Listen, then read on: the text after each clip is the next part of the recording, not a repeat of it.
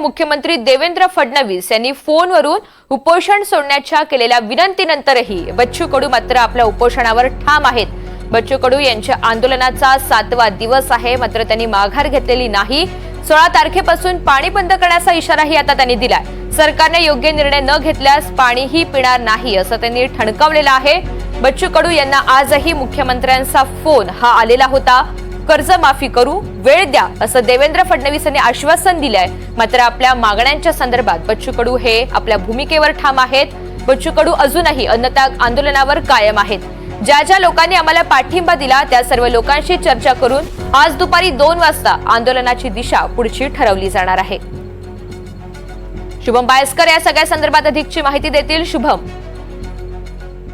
काल आपण जर पाहिलं तर महसूल मंत्री आणि अमरावतीचे पालकमंत्री चंद्रशेखर बावनकुळे हे बच्चू कडूंच्या भेटीसाठी आलेले होते। बच्चू कडूंची प्रमुख मागणी जी आहे ते शेतकऱ्यांची सरसकट कर्जमाफीची आहे। शेतकऱ्यांच्या सरसकट कर्जमाफीसाठी सरकार एक उच्चस्तरीय समिती गठीत करेल असं स्वतः चंद्रशेखर बावनकुळे यांनी मुख्यमंत्र्यांचा निरोप जो आहे तो बच्चू कडूंना सांगितलेला आहे। मात्र ही उच्चस्तरीय समिती गठीत करत असताना बच्चू कडूंना देखील या समितीमध्ये घेऊ आणि त्यांचं देखील म्हणणं मांडू, पण थोडासा सरकारला वेळ द्यावा बच्चू कडूंनी अशी विनंती चंद्रशेखर बावनकुळे यांच्याकडून करण्यात आलेली आहे।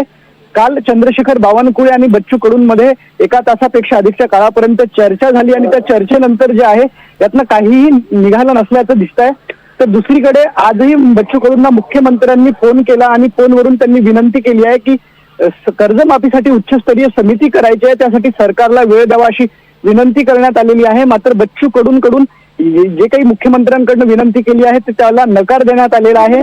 आणि एकंदरीतच बच्चू कडूंनी आज हे देखील सांगितलं की आतापर्यंत अन्नत्याग आंदोलन सुरू आहे, मात्र सरकारनं तातडीनं जर निर्णय केला नाही तर 16 तारखेनंतर मी पाणी सुद्धा पिणार नाही। आणि एकंदरीतच थोड्या वेळामध्ये बच्चू कडूंच्या उपोषण स्थळी शिंदे गटाचे मंत्री उदय सामंत दाखल होणार आहेत। उदय सामंत आणि बच्चू कडू या दोघांमध्ये नेमकी काय चर्चा होते या चर्चेनंतर बच्चू कडूंच्या आंदोलनाची भूमिका ठरणार आहे। आजच उद्या जो काही चक्काजाम आंदोलनाचा इशारा जो काही देण्यात आलेला आहे विविध शेतकरी संघटनांकडून त्याच्यावर सुद्धा आज चर्चा होणार आहे। एकंदरीतच जर पाहिलं तर बच्चू कडूंचं आंदोलन इथून पुढे कसं जाणार आहे या संदर्भातली चर्चा आज होणार आहे। ऋतुजा, अगदी धन्यवाद सविस्तर माहितीसाठी।